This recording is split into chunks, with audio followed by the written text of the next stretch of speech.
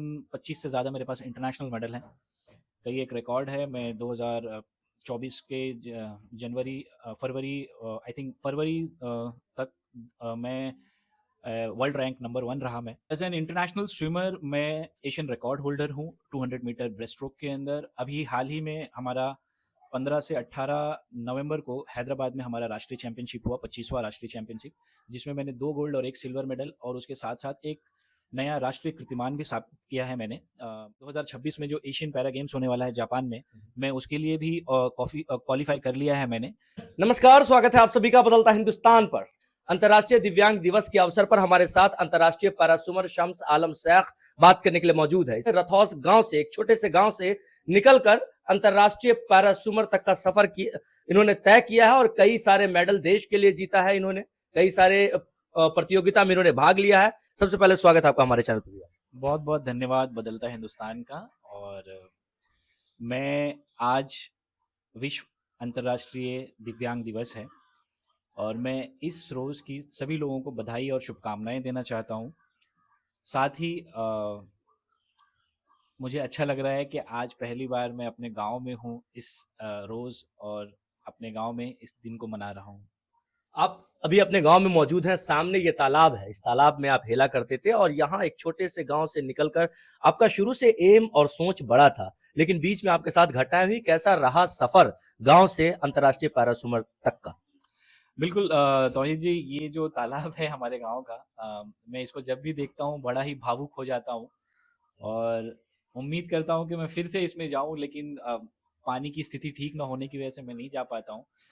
लेकिन इसी तालाब की वजह से और इन्हीं नदियों की वजह से मैं आज जिस मकाम पे हूँ अंतर्राष्ट्रीय लेवल पे भारत का और अपने गांव का नाम रोशन कर रहा हूँ, तो मुझे अच्छा लगता है और उम्मीद करता हूँ कि हमारे इलाके के जो बच्चे हैं, भले ही सामान्य बच्चे हों या दिव्यांग बच्चे हों, वो सभी लोग कोई ना कोई जो खेल है उसमें रुचि दिखाएं और हमारी सरकार भी इसके लिए पहल करे ताकि बच्चों को फ़ायदा हो और खेल के ज़रिए, खेल के क्षेत्र में वो अपने जिला का, अपने राज्य का और अपने देश का नाम रोशन करें। और क्या कुछ उपलब्धि रही है as a international para swimmer? अब तक आपकी क्या कुछ उपलब्धि रही है देश के लिए?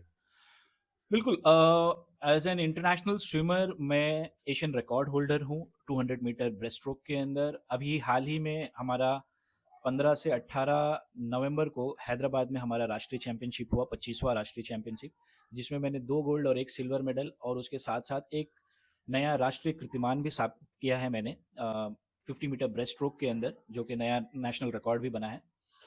तो ऐसे तकरीबन बहुत सारे मेडल्स हैं, आप समझ सकते हैं। तकरीबन 25 से ज़्यादा मेरे पास इंटरनेशनल मेडल हैं।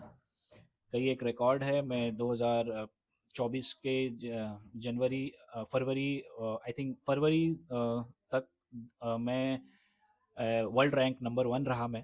तो ये सारी चीज़ें बहुत बड़ी हैं और मुझे लगता है कि अभी मेरा जो सफ़र है वो और आगे जा रहा है। इसी कंपटीशन के थ्रू मैंने आने वाले 2026 में जो एशियन पैरा गेम्स होने वाला है जापान में, मैं उसके लिए भी क्वालिफाई कर लिया है मैंने। हालांकि ऑफिशियल अनाउंसमेंट अभी नहीं हुआ है, लेकिन जो उसका मिनिमम क्वालिफिकेशन स्टैंडर्ड होता है वो मैंने अचीव कर लिया है। तो मुझे उम्मीद है कि इस बार मैं सिर्फ पार्टिसिपेट करने के लिए नहीं जाऊंगा जापान में, बल्कि मैं मेडल लाने की पूरी कोशिश करूंगा। किसका संघर्ष, किसका मेहनत आपके साथ है जो आप इस मुकाम पर पहुंच पाए? तौहीद जी, इसमें देखिए एक आदमी का तो होता नहीं है। ऑब्वियसली मेहनत मैंने ज़्यादा की है, लेकिन मेरे साथ साथ मेरी पूरी फैमिली, मेरे जो कोचेज़ हैं, जो सपोर्ट स्टाफ होते हैं अलग अलग, हम लोगों के लिए, जैसे कि आप जानते हैं कि बहुत दिक्कत होती है, इंफ्रास्ट्रक्चर उतने अच्छे नहीं देते हैं। जैसे कि अभी मैं घर से निकल रहा हूँ, कहीं पे गिर जाता हूँ, तो कोई भी आम आदमी जो होते हैं वो लोग भी सपोर्ट कर देते हैं। तो मैं सभी आदमी का धन्यवाद कहता हूँ, क्योंकि एक अकेले मेरी नहीं है। मुझे याद है कि मैं जब स्विमिंग पूल के लिए जाता हूँ, तो कई एक बार व्हीलचेयर चला करके भी जाना पड़ता है और व्हीलचेयर से ज़मीन ऊपर उबड़-खाबड़ होती है, तो मिसबैलेंस की वजह से गिर भी जाता हूँ। तो बहुत सारे दूसरे लोग होते थे, जो मुझे जानते भी नहीं हैं, वो लोग भी मुझे सहायता करते हैं, हेल्प करते हैं। तो मैं उन सभी लोगों का धन्यवाद करता हूँ इसमें। अंतर्राष्ट्रीय दिव्यांग दिवस के अवसर पर क्या मैसेज देंगे खासतौर पे उन दिव्यांगों को जो आपका ये वीडियो देख रहे हैं या जो अपने आप को कमजोर महसूस करते हैं? नहीं, मैं समझता हूँ कि आज के डेट में दिव्यांगों को कमज़ोर महसूस करने की ज़रूरत बिल्कुल भी नहीं है। कुछ चीज़ें जैसे कि सबसे पहली तो अगर आप दिव्यांग हैं, मैं आपको पर्सनली ये कहना चाहूँगा कि आप पढ़ाई पे ध्यान दें अपनी। बिल्कुल बाधाएँ आएँगी, लेकिन अगर आपको थोड़ा-सा भी और जो समाज है अगर वो सहयोग करें तो आजकल इंटरनेट का ज़माना है, स्मार्टफ़ोन से, मोबाइल फ़ोन से भी पढ़ाई कर सकते हैं। और उसके अलावा किसी न किसी तरीके की स्किल सीखें आप। कोई भी खेल सीखें, ड्राइंग सीखें, सिंगिंग, डांसिंग, कोई भी चीज़ जो भी आप कर सकते हैं वो चीज़ करें और आप अभी सरकार जो है अम, चाहे वो राज्य सरकार हो, चाहे वो केंद्र सरकार हो, बहुत सारी अलग-अलग स्कीम है, स्कॉलरशिप्स हैं दिव्यांगों के लिए, आप उसका फ़ायदा उठाएँ और आगे बढ़ें। अब वो टाइम नहीं है कि दिव्यांग अपने आप को मजबूर फ़ील करें। हाँ, मैं मानता हूँ अभी भी बहुत सारी चीज़ें हैं जहाँ पे हमको दिक्कत होती है, जैसे कि इंफ्रास्ट्रक्चर हो गया या फिर ट्रैवल का जो है वो सारी चीज़ों की दिक्कत है। लेकिन अगर आपके अंदर इच्छा शक्ति हो, तो आप बिल्कुल इन सारी बाधाओं को ख़त्म करके अपनी जो मंज़िल है आपकी उसको आप पहुँच सकते हैं। स्पोर्ट्स कोटे से बिहार सरकार के द्वारा नौकरी भी दी गई है। क्या वो नौकरी क्या है और अब क्या कर रहे हैं उसमें आप?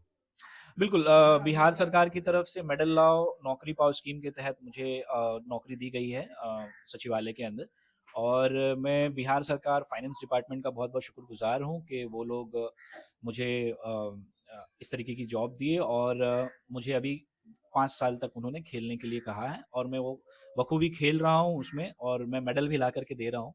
तो उम्मीद है कि मेरा प्रदर्शन अच्छा रहेगा और यूँ ही बिहार सरकार का साथ बना रहेगा। तो यह शम्स आलम शेख अंतर्राष्ट्रीय पैराशूटर देश के लिए कई मेडल्स अपने नाम कर चुके हैं और इलाके बिस्फी प्रखंड क्षेत्र के रथौस गांव से आते हैं। अंतर्राष्ट्रीय दिव्यांग दिवस के अवसर पर शम्स आलम शेख से हुई मेरी खास बातचीत। इस वीडियो पर क्या है आपकी प्रतिक्रिया, हमें कमेंट बॉक्स में जरूर बताएं।